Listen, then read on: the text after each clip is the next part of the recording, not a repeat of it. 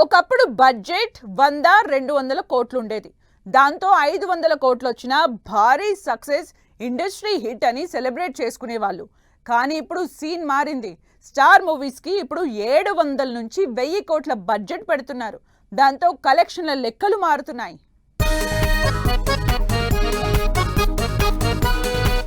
పుష్ప దగ్గర నుంచి career graph ని కంప్లీట్ గా మార్చేసుకున్న హీరో అల్లు అర్జున్. పుష్ప సిరీస్ తో గ్లోబల్ లెవెల్ ఆడియన్స్ ను రీచ్ అయిన బన్నీ తన అప్కమింగ్ సినిమాల్ని కూడా అదే రేంజ్ లో ప్లాన్ చేసుకుంటున్నారు. రోజు రోజుకి అంచనాల్ని పెంచుకుంటూ పోతున్నారు అల్లు అర్జున్.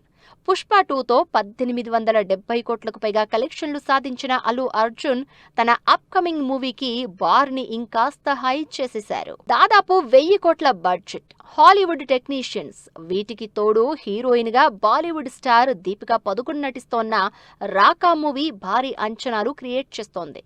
ఎవరూ ఎక్స్పెక్ట్ చేయని కంప్లీట్ డిఫరెంట్ లుక్ తో కనిపించబోతున్న బన్నీ కలెక్షన్ల కోసం ఈసారి హాలీవుడ్ మార్కెట్ ని కూడా టార్గెట్ చేస్తున్నారు. అందులోనూ డ్యూయల్ రోల్ కాబట్టి రాకా మీద అంచనాలు పీక్స్ లో ఉన్నాయి. వరుస పెట్టి మాస్ యాక్షన్ మూవీస్ చేస్తున్న ఎన్టీఆర్ ఈసారి ఆ డోసుని ఇంకాస్త పెంచబోతున్నారు.